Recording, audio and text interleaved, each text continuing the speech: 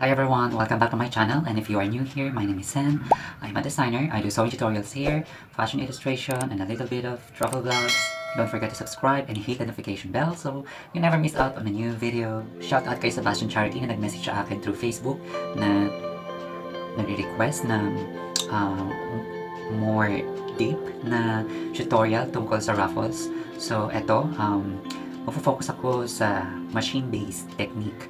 So, and also I'll be discussing 3 kinds of ruffles here, yung gathered ruffles, centered ruffles, and yung circular ruffles or yung flounce. So, let's get started! For this tutorial, I am using tulle.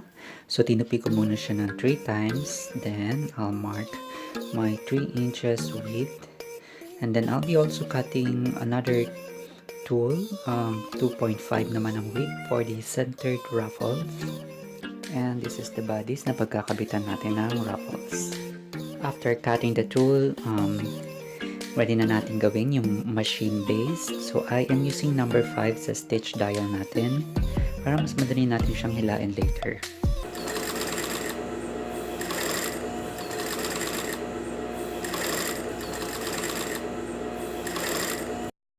Take note guys, huwag niyo masyadong ikat ng maikli yung thread sa parehong end. So first, doon sa kabilang end naman, kukunin lang natin yung upper thread, not the bobbin thread. So yung upper thread na yan ang hihilain natin. So yan, hilain lang natin siya para mag-gather siya. After gathering, ayan, flip it up and then i-match natin siya doon sa hem ng bodice. Ipipin natin in place. After pinning at happy ka na sa distribution ng gathering, pwede na natin siyang tahiin.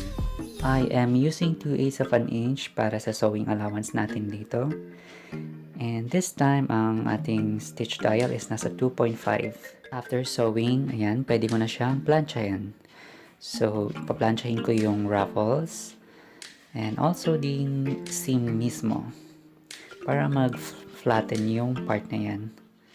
Pwedeng maglagay din ng manipis na fabric over the tulle kung hindi ka sigurado sa planchang gagamitin mo. And that's it. Yan ang ating gathered ruffles using mesh fabric or tulle.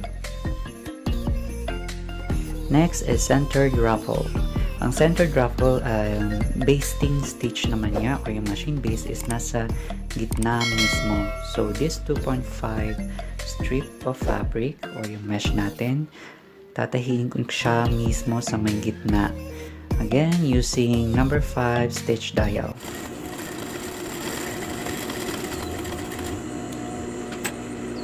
Again, tie a knot dun sa thread. Then, on the other thread, pupull natin ulit yung upper thread only, not the bobbin thread.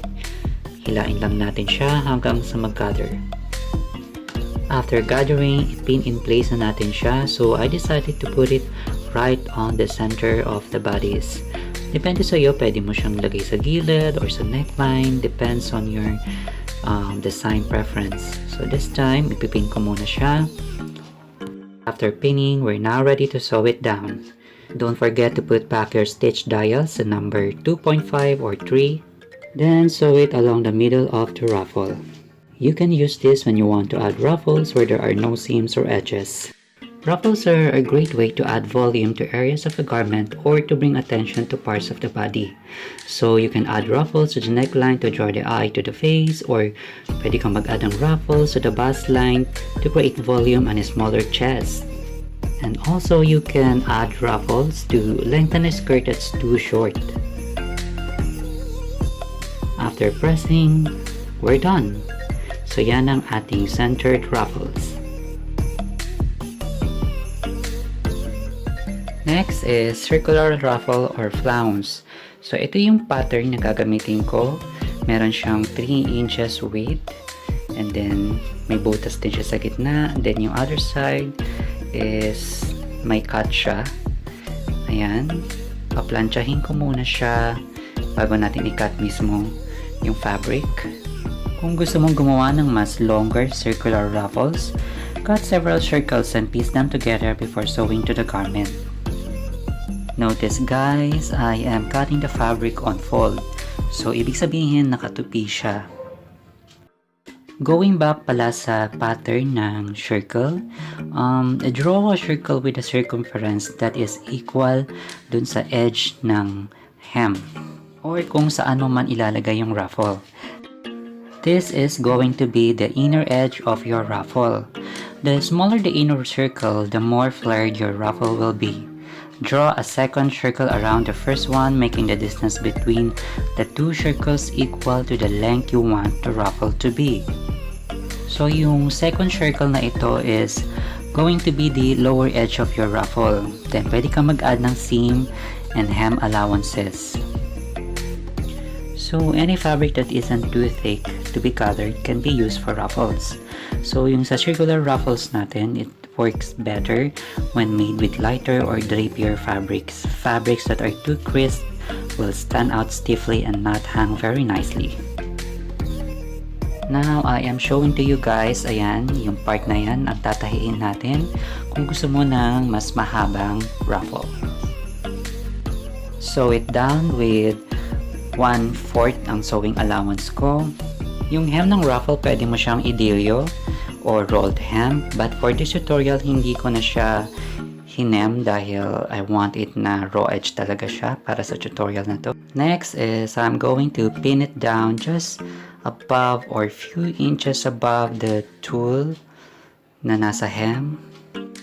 After pinning it in place, pwede na natin siyang tahiin. Yung sewing allowance na gagamitin ko dito is nasa 1/4 of an inch. Yung gamit ko na fabric dito for this tutorial is geena silk, so it's a lining material and a mesh or yung tulle. Again, I'm reminding you na mas magandang gamitin ang maninipis na fabric for ruffles like chiffon, organza, tulle.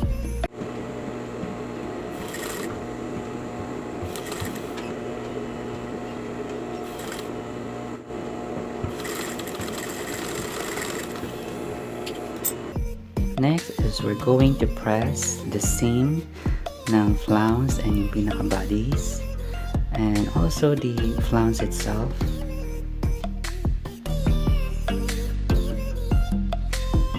So ang difference between ruffle and flounce, a ruffle is usually gathered at the top, while flounce is usually quite smooth at the top and is fuller and wider near the bottom. Thank you for watching, and please don't forget to like and subscribe, or if you have any suggestions, just comment down below. That's all for now, and see you on my next vlog. Bye!